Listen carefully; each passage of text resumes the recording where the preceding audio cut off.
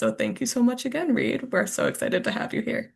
Well, thank you. I'm delighted to be here. I'm very excited to talk to you all, and I'm going to try to fire up some slides. I wanted to primarily to show you photos of some of the workers and what the work is like in tobacco fields in the U.S. So I'm about to, I think I'm almost ready. Uh, okay. Does that look okay on your end? We're not seeing anything. Just Oh, okay. Well, let me try again. We did practice this, and somehow in the last 10 minutes things went awry. Let me try the share screen thing again and make sure. Okay, let's try. Okay, yeah, it switched screens on me in the last 10 minutes. Let's see. Okay. Um, let's see from the beginning.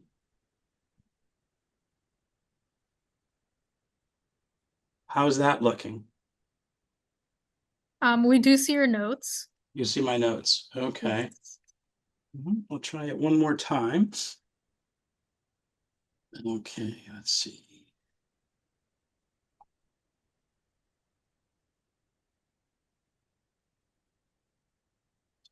Sorry, folks, for the technical difficulties. Not a problem. Technical difficulties definitely get the best of us all sometimes. Let's try. Okay, I'll try to get rid of the notes again. Beginning. Display settings. Okay, do you still see the notes? Oh no, now it's good. Okay, great. Perfect. Okay, so that's who I am. And I wear two hats. I work for the National Consumers League, which is the nation's oldest consumer group, national consumer group.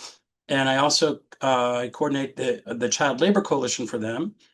And this is kind of who we are. We have 38 great members. Some of them you've heard of. Human Rights Watch, Farm Worker Justice, you may have heard of, Free the Slaves, National Education Association, which is the largest union in the country and has a lot of teachers in it, and some other great members, some faith-based groups. And one of the things that makes us unique is we work on both domestic and international issues.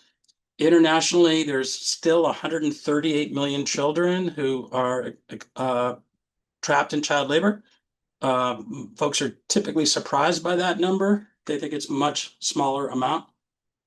And domestically, we've been focusing a lot of our energy on child farm workers, who, because of gaps in our child labor law, are allowed to work long hours in the fields at age 12.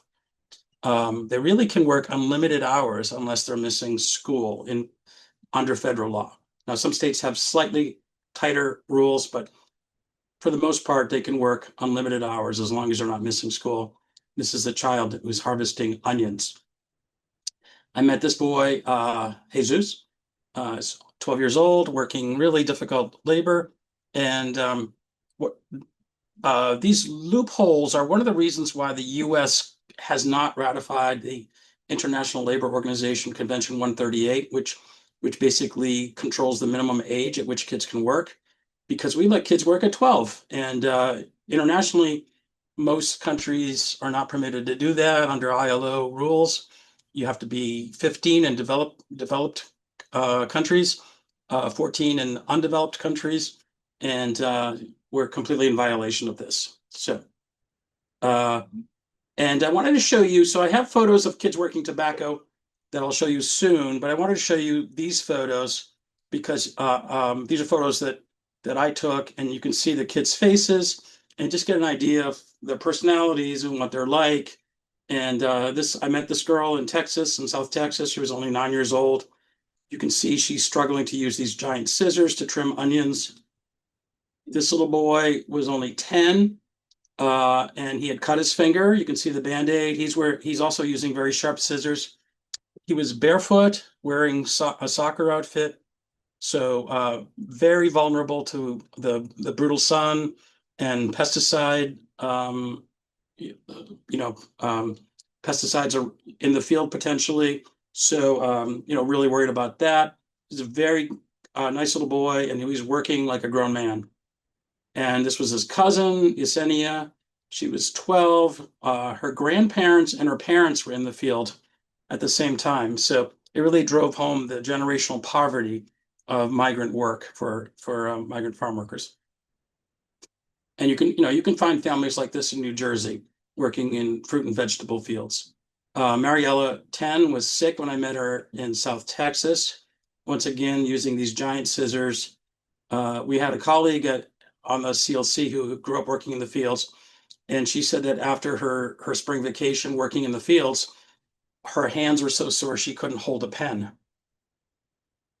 So I want to talk mostly about tobacco, which is of more interest to you folks. And it is one of the most ubiquitous products of child labor globally. The Department of Labor, which tracks these things at the International Labor Affairs Bureau, has identified 17 countries that have a significant level of child labor and tobacco, and in some cases, forced labor.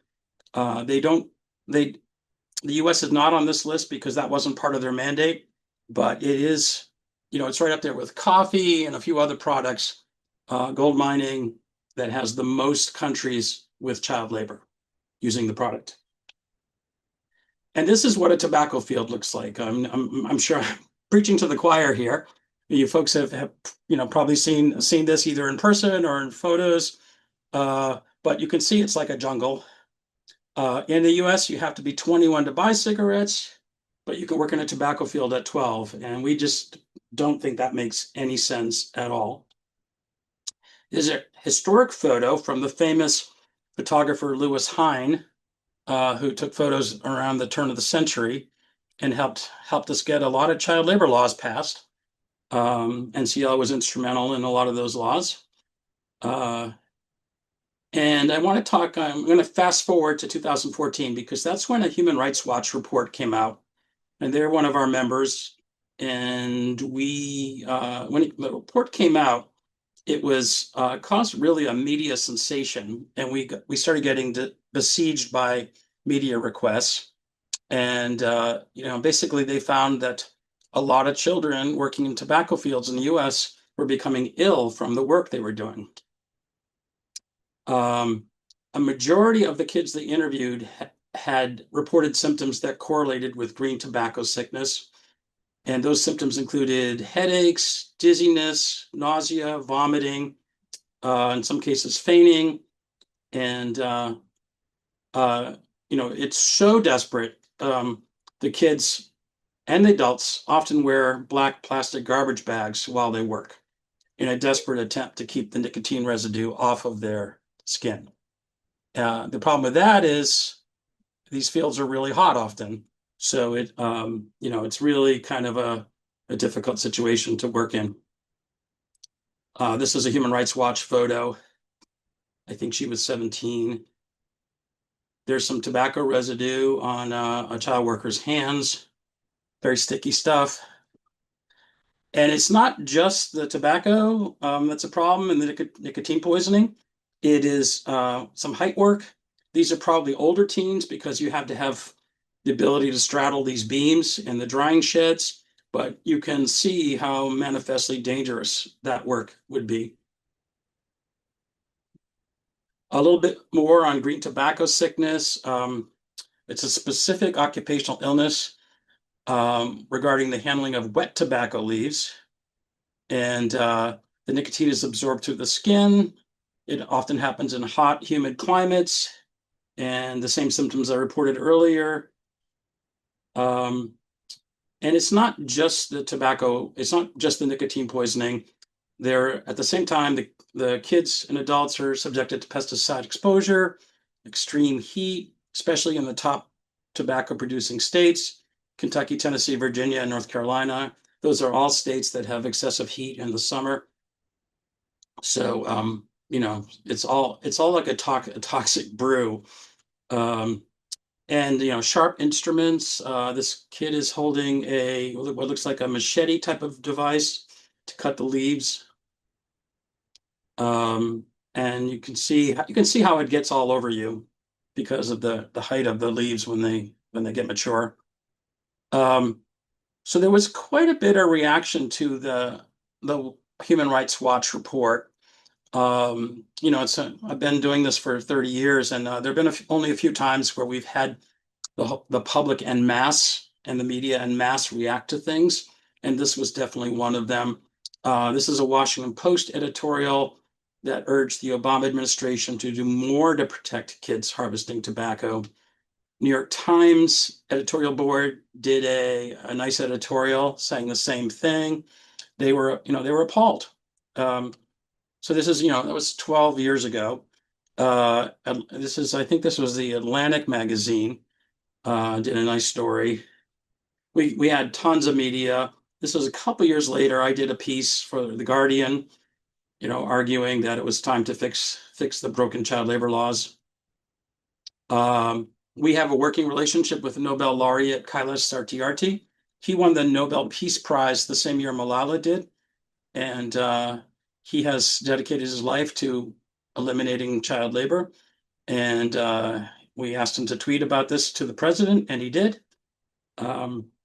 We were very grateful for that.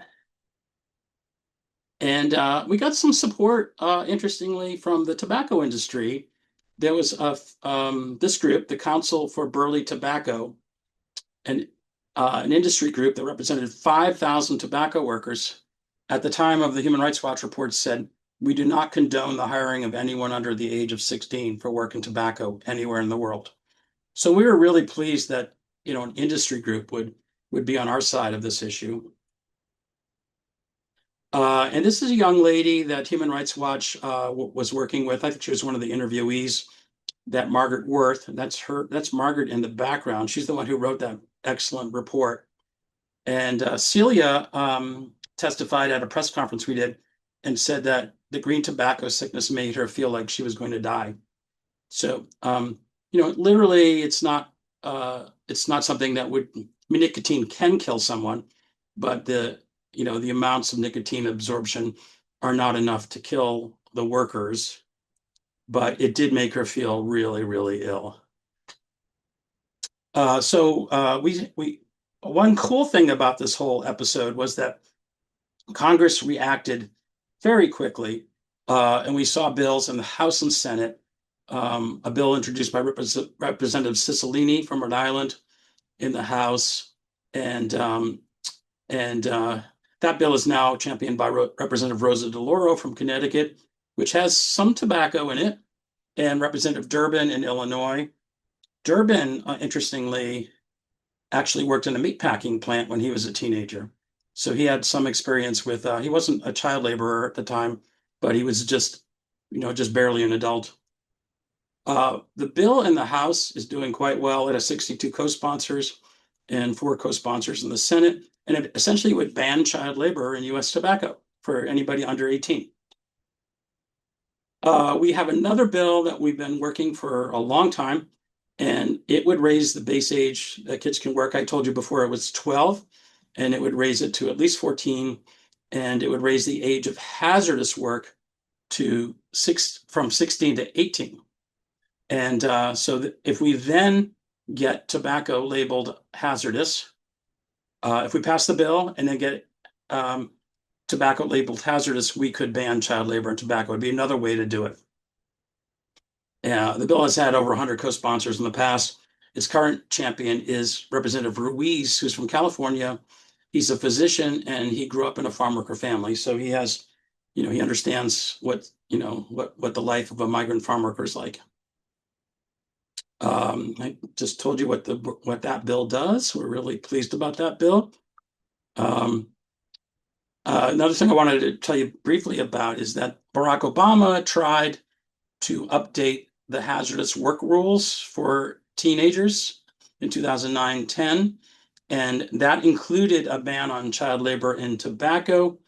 Unfortunately, the farm lobby engaged to defeat these regulatory changes, and they argued that the rule changes would kill the family farm.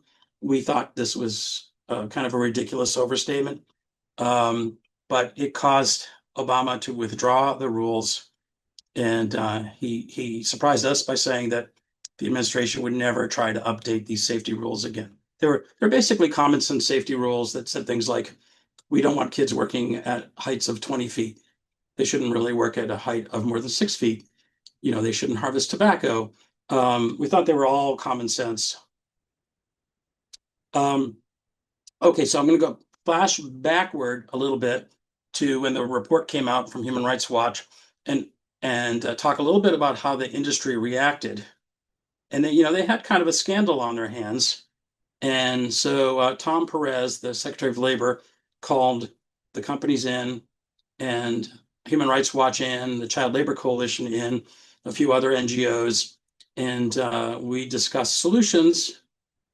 And the companies agreed that kids under 16 should not harvest tobacco, and they promised a voluntary deal asking the growers not to hire anybody under 16. Did that work? We don't think so. There's very little federal data on this, but we've been scrutinizing what little data there is. And a study by Dr. Tom Arcuri of Wake Forest came out in 2017, 3 years after the voluntary agreement went into place. And he was talking to child farm workers. He asked them, did you work in tobacco in the prior week? And more than half of the kids he talked to who were under 16 had worked in tobacco the prior week. So that tells us that even when the voluntary agreement was pretty new, it was not working. And we have partners in the field. The Farm Labor Organizing Committee, one of the major farm worker unions, told us that the thing wasn't working. NC Field, a little NGO in North Carolina, works with tobacco kids, told us it wasn't working. I want to talk just a little bit about the science behind this. So the team that has the most research that we found is out of Wake Forest. I mentioned this a little bit. Dr. Sarah Quant, who I think is now retired, her husband, Tom Arcuri, and a younger colleague, Taylor Arnold. They've just done some wonderful reports looking at child farm worker health issues. And they measured the amount of nicotine in the worker's system by looking at urinary cotinine levels, which is a marker for nicotine. And they found significant exposure of nicotine. There's another piece that I think this is Taylor Arnold had the lead on this. Once again, finding significant levels of nicotine. And essentially, nicotine levels were 900% higher in the teen tobacco workers than they were in kids working in other crops. That's a significant jump. So we've been working on this issue a long time. Unfortunately, we haven't really come close to passing our federal legislation. You're probably wondering, like, well, where does this go from here? We are concerned about the future. One of the reasons we're concerned is Project 2025. I'm sure you've heard of that. That's the plan, the blueprint for the Trump administration. And it actually argued that teens want to do hazardous work. And it said, so we should let them. So we don't think the premise is true. We don't think kids want to do hazardous work. And we definitely don't think you should let them. The Trump administration did last year try. Initially, they announced that they were going to change the regulatory agenda to look at hazardous work. They ended up abandoning that effort, but we're worried that they might do it this year.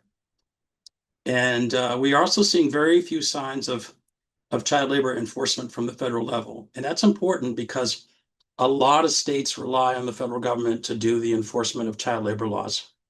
So literally, if you look at the amount of press releases that the administration is putting out on child labor, there've only been a couple in the last 15 months. And under the Biden administration, we were seeing 2 a month. So just a humongous drop off. There's been some research on penalties and enforcement, and we're seeing like a massive decline in the amount of penalties, in enforcement cases, not almost 100% drop off, down to 97%. And at the same time, even in a progressive state like California, there was a recent report in the LA Times that found that there was very, very little child labor enforcement. Over 8 years, just under 40 citations. Um, when it came to fines, only 8% of the fines were collected. The state, is a huge agricultural state. It, it was really kind of shocking how little enforcement there was. So that's pretty depressing. Um, I just wanted to kind of end on a happier note where we're somewhat hopeful that there can be change, and we think that this issue, the tobacco issue, is such a no-brainer that we do think at some point this law has to pass. And we're lucky to have a champion in Rosa DeLauro, who's one of the leading members of the House.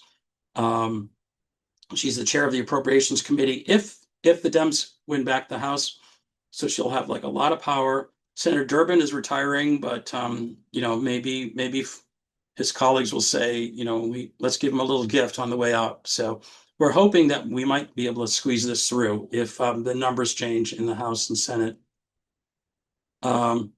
So this all leads me to ask you folks, the folks on the call from New Jersey and other states, if there's anybody on other states, if you have the time to spend a minute or two, call your congressional office, your Senate office, and ask them to support the Children Don't Belong in Tobacco Farms Act.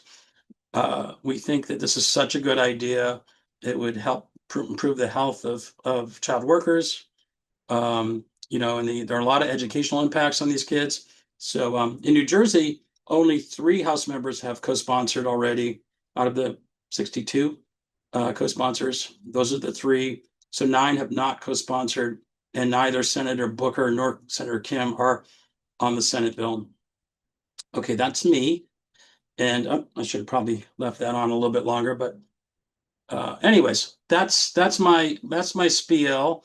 I hope that you agree with me that this is something that should be addressed, and that it's not really fair to the kids.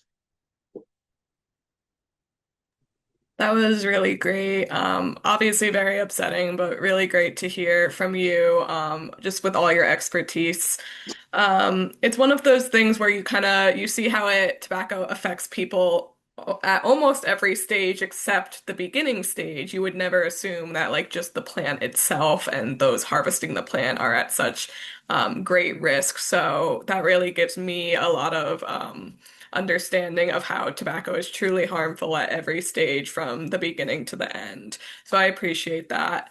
I do have some questions for you. Mhm. Just feel free to, drive from your experience or, any of your colleagues' experience. So, my first question for you is, can you further elaborate on ways either you, your team, your colleagues, just anyone you work with, has identified and tracked the impacts of these children who are working in the tobacco fields? Yeah, that's difficult for us because we're small, and I don't really have a staff. I do have great members. I have these great groups, and occasionally a group like Human Rights Watch will do a report. They're actually, I met with them last week, and they're talking about doing one in the next, hopefully, year or 2 or 3. So we may see new data. But I think some of the groups that I mentioned, the Wake Forest School of Medicine, they have been over the last 10 years or so, they've come out with regular research on health impacts. The Farm Worker Union, Flock, we've gone down there and toured tobacco fields with them. They tell us that voluntary agreement wasn't working. And there's a great little NGO in North Carolina called NC Field that works with child tobacco workers, and really kind of gives them an array of services to help them thrive. And so we rely on these partner groups to tell us like what's going on. But that said, there is a disturbing lack of like federal data on what's really happening in these tobacco fields. Yeah. Yeah. And are you noticing any pushback from, farming or the agricultural lobbyists to keep these children in tobacco fields for either financial reasons or, production reasons? Well, so they're pretty quiet on this issue now. We had when the scandal broke in 2014, we had to, that like that with that one tobacco group was, kind of vocal. And then the industry in that room with Tom Perez at the Department of Labor was acknowledging that, kids under 16 shouldn't be doing it. But, since then, there's not really a fire under them because this story hasn't really been in the news. So we don't hear much from them. That might change if one of these bills actually starts to move. That's when the ag lobby kind of gets worried. And sometimes it's just that they're worried that any attempt to regulate will lead to future regulation. So even if they kind of agree that tobacco's bad enough that maybe this should be regulated, they might oppose it just because they don't want to be regulated down the road. Um, so yeah, we're not sure how this will all play out, but there is this, just some acknowledgement that this is a dangerous crop. Certainly by the company, the tobacco companies. I've spent some time. We had a bill in the Virginia Assembly, and I've talked to some of the assembly members are tobacco farmers, and their attitude is like, oh, we grew up in working this crop, it's fine, we didn't have any lasting harm. So they don't quite get the issue. But I think the bigger tobacco companies realize like this is kind of not a winnable argument for them. Yeah, absolutely.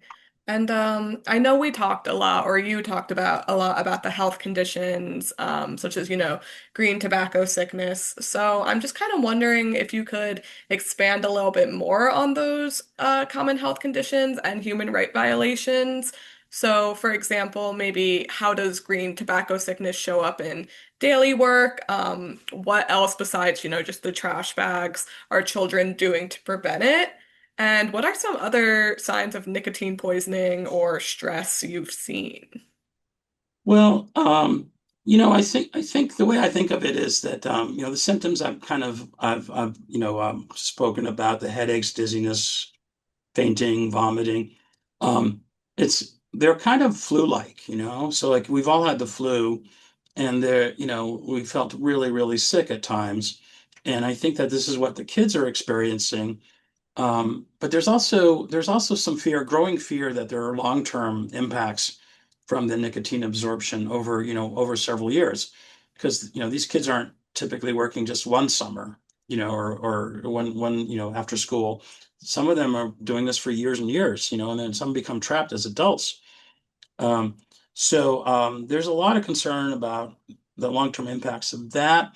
I will tell you also that, since I've met a lot of folks who worked as child farm workers, anecdotally, there is a lot of cancer in those families. And I've had a bunch of child farm worker interns, and the last one I had 2 years ago, her dad had died of cancer at a pretty young age, and it's just frightening to think that they're subjected to all these chemicals and all these health risks. So as far as preventing absorption, um, I see the plastic garbage bags as such a desperate attempt. And the irony is that, because of the heat of the tobacco states, it increases sweat. And when the farm workers have water on their skin, it actually helps absorb the tobacco. So what little tobacco gets, beyond the garbage bag is then more absorbable. Um, and it's interesting. So like one of the findings that the Arcury team, Doctors Arnold and Arcury found, was that despite these very like noticeable dangers that the workers are subjected to, the industry was really doing nothing to mitigate, the absorption. So they could have provided, some kind of breathable material, that kept the tobacco, kept the nicotine residue away from the worker's skin, but they saw no evidence of that. There was no intervention approach to prevent the workers from getting sick, which is disturbing, especially when we're talking about a lot of kids getting sick as well. Yeah. And my mom always said that kids are the ultimate innocent, so it kind of just makes me so sad to hear that they're being, almost forced into these positions. And I know you talked a little bit about the one child who sat in front of, I think it was Congress and mentioned how, the exposure to nicotine made her feel like she was gonna die. So I wonder how else you share or communicate some of these findings with policymakers. Like, how did these champions, so you call them, become involved? Yeah, so that young girl actually spoke at a press conference in DC, but we did have this young boy who worked in North Carolina in tobacco fields. He was a college student, and um, he had come to realize that the work he thought as a teen that they did as a teen that he thought was just typical. This is what all my friends do, and he realized that it was really damaging, and really dangerous, and so he became a spokesman for us, and we used him. We had several congressional briefings that we put together, and trying to get members of Congress to join the bill on tobacco. And he was one of our great resources for convincing people that this was so bad. He was incredibly articulate, and he talked about just getting feeling ill, working in the fields, and thinking this shouldn't happen, and they don't make much money doing this work. It's incredibly hard work. The pay is minuscule, and so that was super helpful. We actually have a lobbyist on at NCL here, National Consumers League, that helps us with some of the outreach, but we do a lot ourselves. Sending fact sheets to the Hill and just urging the members and member staffs to come on these bills and lend their support. And social media. I mean, we do a fair amount of that because the public is pretty they don't really know too much about this issue. And if we can get people to, it doesn't really take a lot of constituents to call a House or Senate member to get them to maybe co-sponsor a bill like this. If they got 20 calls in a week, there are members that will jump on a bill. I mean, they realize, like, this is, we've gotten a lot of calls on this. So yeah, so we try to a little bit of this, and a little bit of that, trying to get attention to the bills. Yeah. I know I definitely, after this webinar, will be calling my local senator to try to force them to jump on this bill. Thank Um, you. And there could be state bills too, like they're very, I don't think there are any states that have actually banned child labor and tobacco. Um, uh, in Virginia, we did get it out of committee once, but we never got it through. yeah. Yeah. And I know you had mentioned kind of the tobacco industry's take on all of this. So I'm wondering how the tobacco industry may have either positively or negatively influenced or perpetuated this child labor. You mentioned they were kind of like, oh, we don't want to be involved with that, but I'm wondering, like, did they take any steps to actually enforce that? Yeah. So, the thing is, when we had that meeting, there's a lot of hopefulness with Tom Perez and the Department of Labor, Secretary of Labor. That's a pretty high level meeting. And we had a bunch of leading companies. Um, we were very hopeful we'd have a solution that actually worked. And the solution they proposed of this voluntary policy of not hiring kids under 16, we didn't think that went far enough. We wanted kids under 18. We wanted, in America, nobody under 18 is allowed to do hazardous work unless they're in agriculture, which is ironic because agriculture is actually one of the most dangerous sectors. The fatality rates and the injury rates are significantly higher in agriculture than almost any other sector. It's equivalent to construction. So it doesn't make sense if you're going to exempt kids, let kids work at a younger age and do hazardous work. Why would you pick one of the industries where kids, can get hurt very easily? So we were disappointed that the industry, um, adopted. They wouldn't meet us all the way. They were trying to meet us halfway, and we kind of felt like, well, we've got to, they have this idea. We've got to probably give it a try before we, move on to something more effective. And so, we kind of signed off on it. But after it became clear it wasn't working, that there was no real evidence of it working, we really expected the industry to step up and do more. And that's kind of where we're at now. We want them to do more.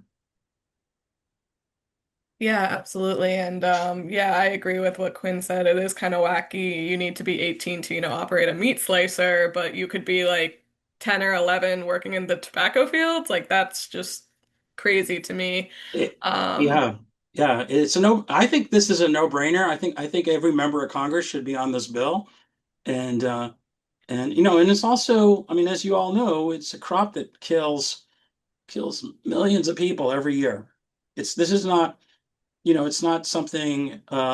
We work a lot on child labor and chocolate and cocoa, and that's a that's a tough product because people love chocolate so much. Like there's a lot of, I mean, people can't imagine living without chocolate in their lives. But I think we'd all agree that things would be much better if there was no tobacco in the world. So we think for members of Congress, this is something that they really, we don't see a significant fallout. I mean, maybe they won't get as many contributions from tobacco companies, but from the voters, we think there'll be support. Yeah, absolutely.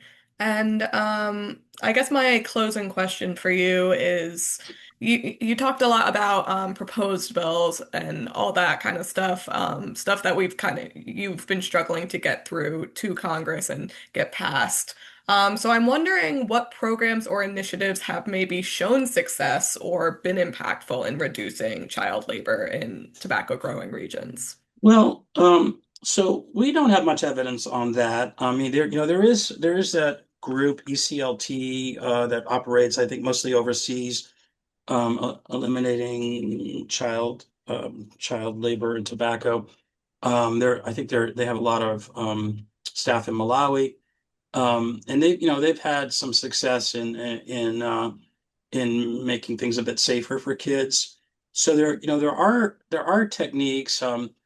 In looking at a broader range of child labor, we have seen that a lot of child labor is driven by poverty, and um, and it doesn't really take much money to make a family that's vulnerable to child labor.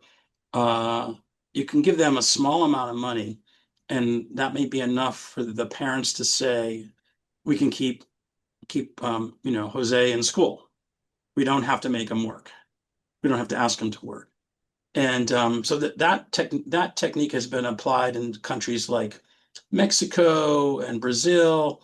They're called cash transfers, and that sounds like welfare, but we're talking about often very modest amounts of money, like sometimes $20 a month.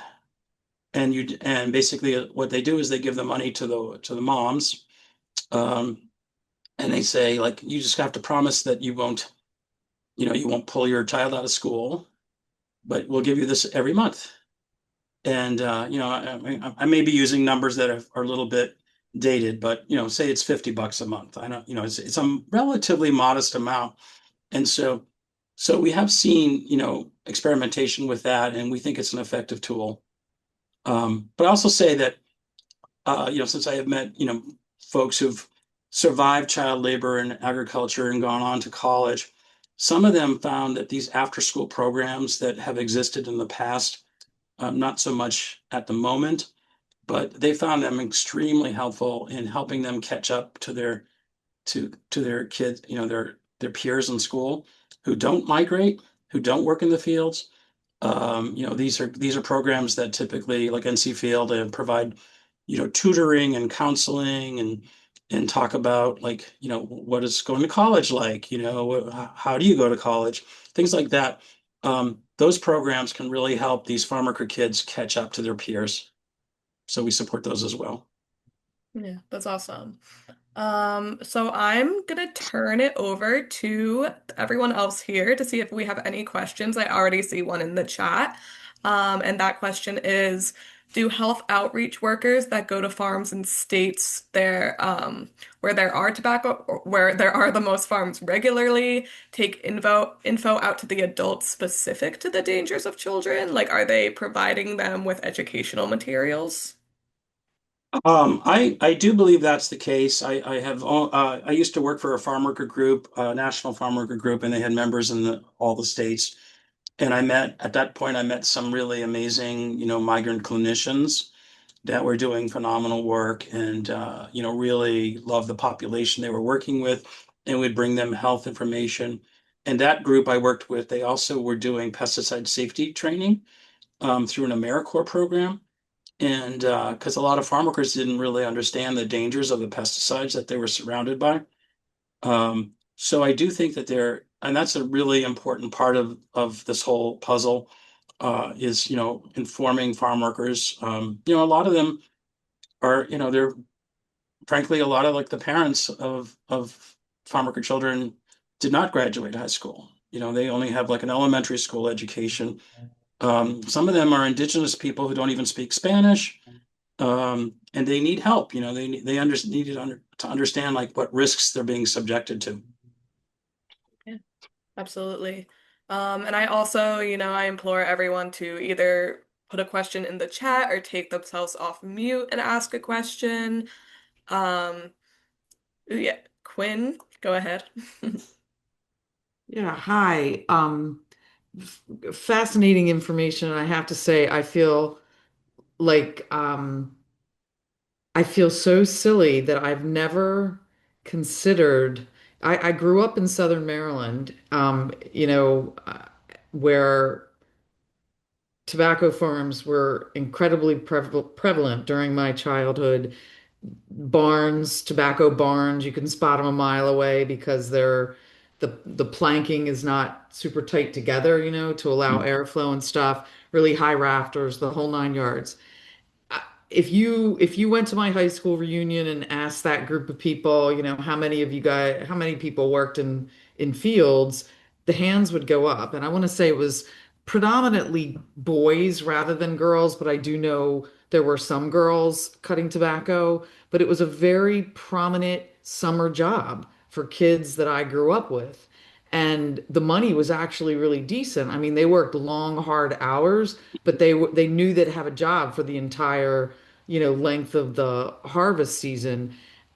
Never did I ever consider that touching the leaves was dangerous. Like I never even considered that. I didn't engage in that kind of work, and I have no frame of reference for whether it was actual child labor or kids going out getting summer jobs. But nobody ever talked about what were any of the health risks. That just never entered the conversation. Hmm. I don't remember my parents commenting on that. Again, I didn't do that work because my parents probably wouldn't let me go work at some farm where they didn't know the people. And we had acreage, and my dad was keeping us plenty busy with chores around our place. Um, but none of it involved tobacco. So it's just amazing that these things happen historically and we just don't make the connections at the time, you know? Yeah, and I think, I kind of try to summarize some of the research, and essentially, they're finding that there's reason for concern because the amount of nicotine in the kids' bodies is more than we Yeah, thought, and there's increasing concern about the long-term impact. Now, it's possible that maybe, a lot of the kids you knew, maybe they won't, they're not gonna, maybe they won't get lung cancer or anything bad, like the impacts were temporary, maybe they felt dizzy or something or faint one day.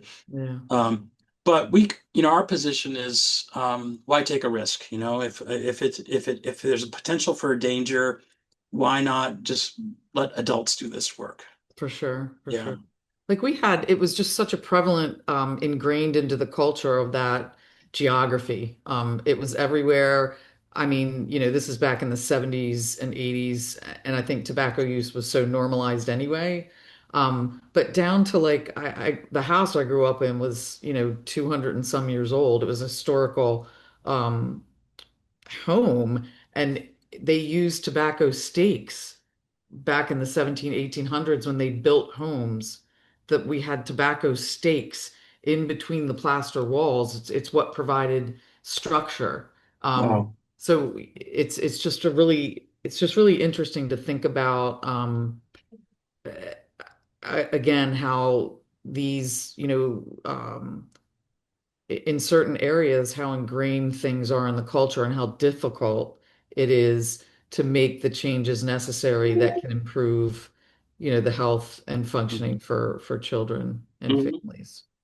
Yeah, I actually spend a fair amount of time in Southern Maryland, and a lot of those barns are still there. Some of them are They are. falling down. I They saw one are. collapse in the last month or two. Yep, there was a But pretty yeah, bad storm that came through a couple months ago and it yeah, took some of the older ones down. yeah. But thank you for the information. It's really good. Oh, thank you. Perfect. Does anyone else have any questions? Like I said, you could feel free to either put it in the chat or take yourself off mute. So I'll just give everyone like 10, 15 seconds to consider. Um, and if not, we can start moving on to the resources. I actually have a quick question if no one else does. I'm kind of wondering if you're receiving any pushback from the actual like workers, if maybe these children don't fully understand, grasp how dangerous this is, so maybe they're pushing back and saying, hey, this is a job I like. I get paid well. Like, are you seeing any of that? It's a good question. I haven't really. So I work with a few of these kids that are typically have survived, and they've gone to college. And we approach them to talk about their experiences, and they quickly understand, like, oh yeah, not all kids do these dangerous things, and and maybe it wasn't fair that we were doing them, and getting paid so little. So I'm kind of interacting mostly with like a select group of kids that kind of get where we're coming from. Now it may be that if I talked to adult workers, they would, they'd emphasize, oh, we really need to work. This is an important source of income. Um, um, but yeah, I may be getting kind of a small sample but biased sample. I'm not really sure. Okay, yeah, totally makes sense. Yeah. All right, so I'm gonna quickly move on to the resources. If anyone has any questions, I'm sure Reid is happy to answer via his email on the I, screen here. can I just add one thing? Yeah, So absolutely. I have talked to some parents, through interpreters, and they've told me that, like, they thought they needed the income, and because they're poor, right? And they said that we needed the income of the kids, and we thought it was okay for them to work. But what happened in some of these families is that the older kids started dropping out of high school, which is like a pretty common phenomenon in some migrant communities, some farm worker communities. Like 80% of the kids drop out of high school. And so a couple parents have told me, we thought it was a good idea, and then we got to our fourth or fifth child, and we realized we're going to let them not work in the fields. We're going to ask them to focus on school.